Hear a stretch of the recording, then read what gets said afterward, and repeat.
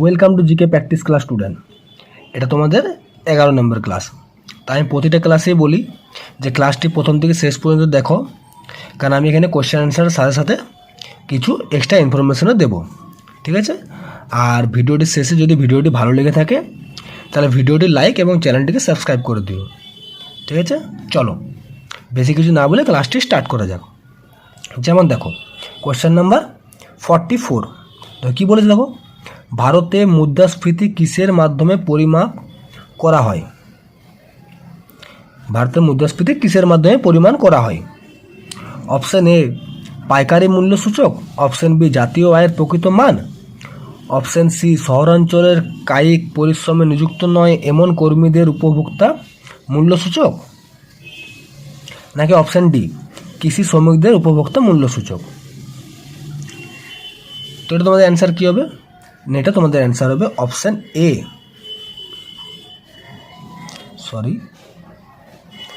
Option A পাইকারি মূল্য সূচক, ঠিক আছে? চলো এবার আসা যাক কোশ্চেন নাম্বার 55। দেখো কি বলেছে কোশ্চেনে, যে বিশ্ব ব্রেল দিবস কবে পালন করা হয়? বিশ্ব ব্রেল দিবস অপশান এ 3 জানুয়ারি, অপশান বি 4 জানুয়ারি, অপশান সি 5 জানুয়ারি, না অপশান ডি 6 জানুয়ারি? তো এটা তোমাদের অ্যান্সার কী হবে? না, এটা তোমাদের অ্যান্সার হবে অপশান বি 4 জানুয়ারি, ঠিক আছে?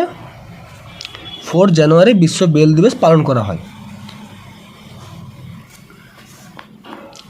এরপর তোমরা চলে এসো কোশ্চেন নাম্বার 56। দেখো 56 কি বলেছে, একটু এদিকে সরাই।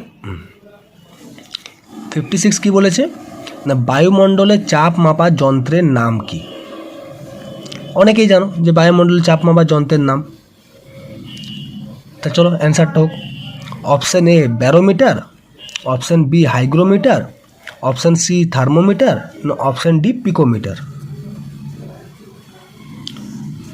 তো এটা তোমাদের অ্যান্সার কী হবে? অ্যান্সার তো সবাই অনেকেই জানো, না এটা হবে অপশান এ ব্যারোমিটার। তাহলে এবারে মনে রাখো, কিন্তু অপশানে ব্যারোমিটার হচ্ছে বায়ুমণ্ডলের চাপ মাপার যন্ত্রের নাম। তাহলে এই যে হাইগ্রোমিটার আছে, থার্মোমিটার আছে, পিকোমিটার আছে, এটা কি?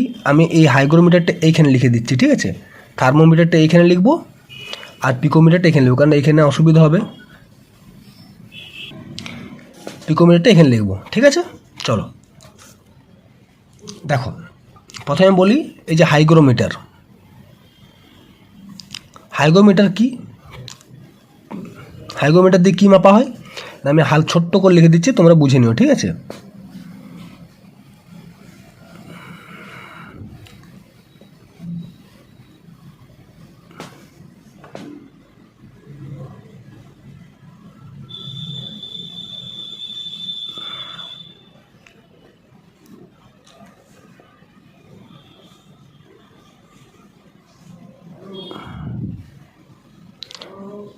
আমি বলে দেবো,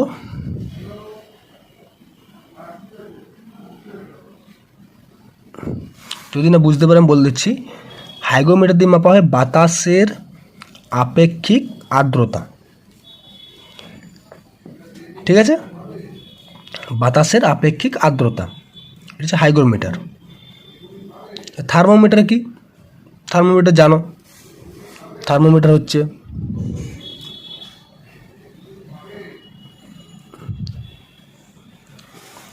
তাপমাত্রা।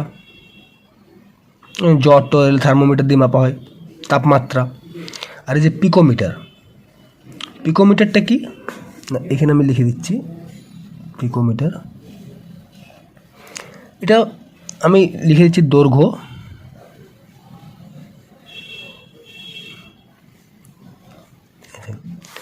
পিকোমিটার দিয়ে মাপা হয় দৈর্ঘ্য, মানে দৈর্ঘ্য মানে কি? খুবই ছোট দৈর্ঘ্য, মানে পরমাণু, অণু, এসব, ঠিক আছে? খুবই ছোট দৈর্ঘ্য মাপা হয় পিকোমিটার দিয়ে। আর বাতাসে আপেক্ষিক আর্দ্রতা মাপা হয় হাইগ্রোমিটার দিয়ে। তাপমাত্রা মাপা হয় থার্মোমিটার দিয়ে, আর বায়ুমণ্ডলের চাপ মাপা হয় ব্যারোমিটার দিয়ে। ঠিক আছে, চলো এরপর আসা যাক কোশ্চেন নাম্বার 47। দেখো কি বলেছে, যে পিসিএ শব্দটিতে এ এর রূপটি হলো, মানে এর রূপটি কি? এই যে পিসিএ শব্দটিতে এর রূপটি কি? Option A action, option B addition, option C assets, না অপশন ডি এগ্রিমেন্ট। তো এটা তোমাদের কি হবে? না এটা তোমাদের অ্যান্সার হবে option A.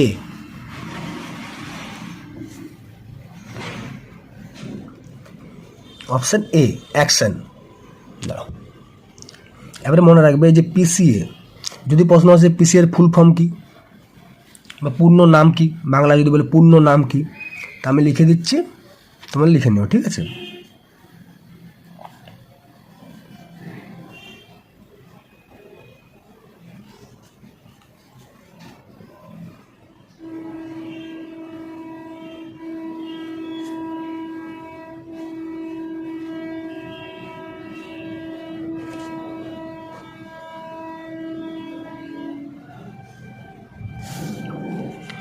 Prompt corrective action, PCA.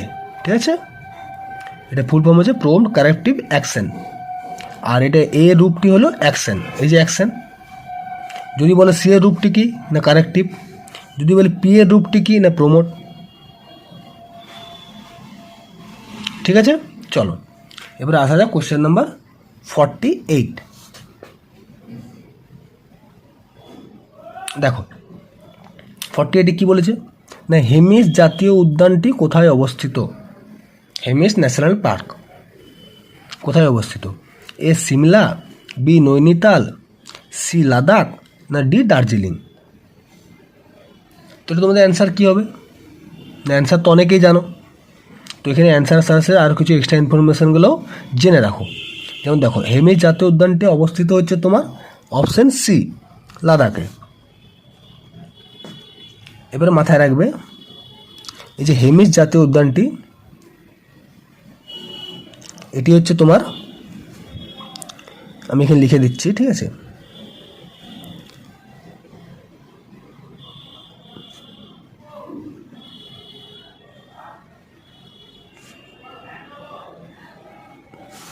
এটা হচ্ছে ভারতের সব থেকে বড় জাতীয় উদ্যান,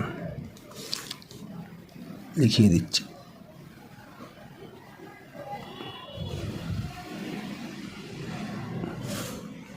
ভারতের সব থেকে বড় জাতীয় উদ্যান, এবং মনে রাখবে এই যে হেমিস জাতীয় উদ্যানটি, এটি একমাত্র জাতীয় উদ্যান যা হিমালয়ের উত্তর অবস্থিত। যদি বলা হয় প্রশ্ন, ধরো আমি তোমাদের এইখানটা লিখে দিচ্ছি। ঠিক আছে,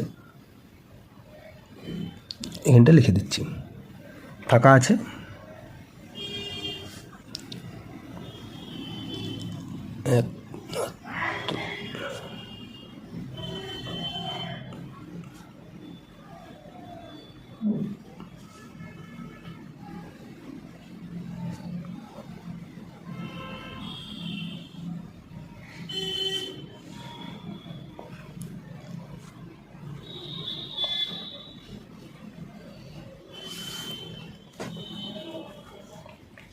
মনে রাখবে যে একমাত্র জাতীয় উদ্যান যা হিমালয়ের উত্তরে অবস্থিত। তো প্রশ্ন যদি আসে, ধরো চারটা তোমাকে জাতীয় উদ্যান দিয়ে দিল, দিয়ে প্রশ্ন করলো যে হিমালয়ের উত্তরে কোনটি অবস্থিত, তখন মনে রাখবে যে হেমিস ন্যাশনাল পার্ক বা হেমিস জাতীয় উদ্যান হচ্ছে হিমালয়ের উত্তরে অবস্থিত। আর হিমালয়ের উত্তরে কিন্তু আর একটিও নেই, শুধুমাত্র হেমিস জাতীয় উদ্যান। তাহলে এটা থেকে প্রশ্ন আসতে পারে। ঠিক আছে, চলো এবার আসা যাক কোশ্চেন নাম্বার 51। কি বলেছে দেখো, যে ভারতে নতুন রাজ্য গঠনের ক্ষমতা কেবলমাত্র কার কাছে রয়েছে? কেবলমাত্র রয়েছে, অপশান কি আছে না, অপশান এ রাজ্যসভার, অপশান বি লোকসভার, অপশান সি রাষ্ট্রপতির, নাকি অপশান ডি সাংসদের।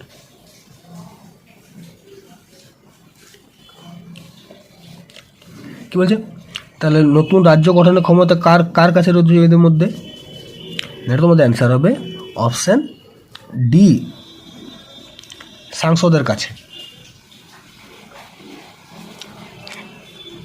ঠিক আছে, তাহলে ভারতের নতুন রাজ্য গঠনের ক্ষমতা কেবলমাত্র রয়েছে সংসদের কাছে। ঠিক আছে, চলো চলো আসা question number 52।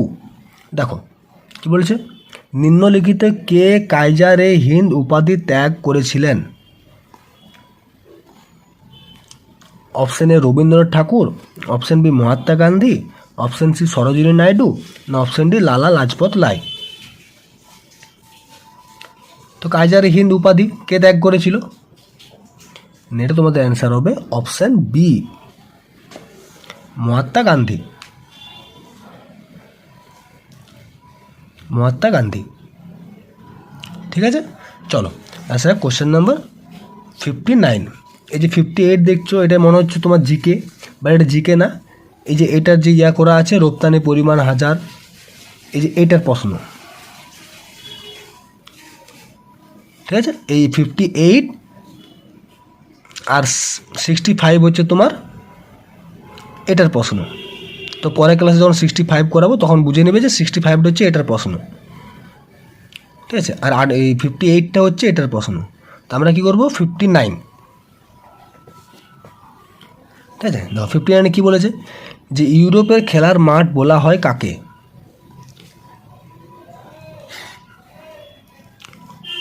Option A Belgium, option B New York, option C Japan, option D Switzerland. তাহলে ইউরোপের খেলার মাঠ কাকে বলা হয়? এটা তোমাদের অ্যান্সার হবে অপশন ডি, সুইজারল্যান্ড। এরপর মনে রাখবে, এই দেখো যে বেলজিয়াম আছে, এই বেলজিয়ামকে কি বলা হয়? মনে রাখবে, আমি এইখানে লিখে দিচ্ছি। ঠিক আছে,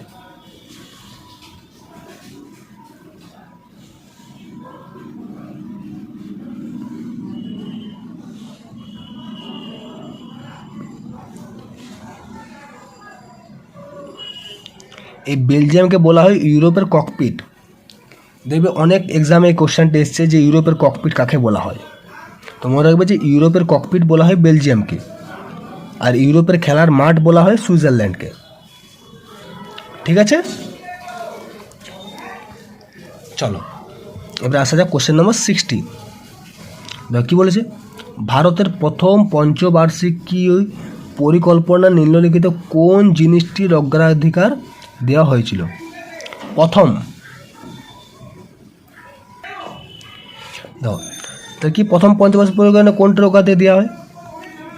অপশান এ শিল্প উৎপাদনে, অপশান বি বেকারত্ব কমানো, অপশান সি খাদ্য ও কৃষি, না অপশান ডি কোনোটিও নয়। তো প্রথম পঞ্চবার্ষিকী, আপাতত এটা মনে রাখবে, আমি অ্যান্সারটা বলতে আগে মনে রাখবে পঞ্চবার্ষিকী, প্রথম পঞ্চবার্ষিকী হচ্ছে তোমার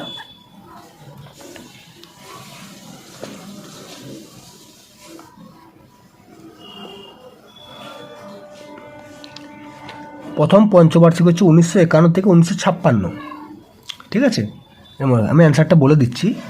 তো মনে রাখবে প্রথম পঞ্চবার্ষিক হচ্ছে 1951 থেকে 1956। আর প্রথম পঞ্চবার্ষিক পরিকল্পনায় কোন জিনিসটা অগ্রাধিকার দেওয়া হয়েছিল? না এটা তোমাদের অ্যান্সার হবে অপশান সি, খাদ্য ও কৃষি। তাহলে এই দেখো শিল্প উৎপাদন আছে, দেখো এই শিল্প উৎপাদন, এই যে শিল্প উৎপাদন তাহলে কত নম্বর পঞ্চবার্ষিকীতে বলা হয়েছে? না এই শিল্প উৎপাদন তোমার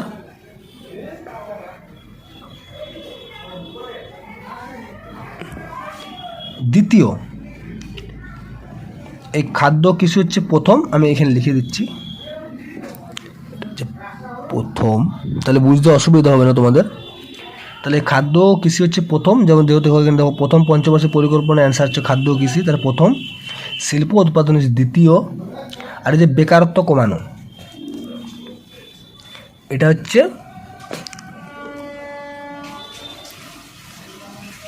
এটা হচ্ছে 12তম। ঠিক আছে, 12তম পঞ্চবার্ষিকী পরিকল্পনায় বেকারত্ব কমানোর কথা বলা হয়েছে। প্রথম হয়েছে তোমার খাদ্য ও কৃষি, দ্বিতীয় পঞ্চবার্ষিক পরিকল্পনা অগ্রাধিকার দেওয়া হচ্ছে শিল্প উৎপাদনে, আর বেকারত্ব কমানো হচ্ছে 12তম।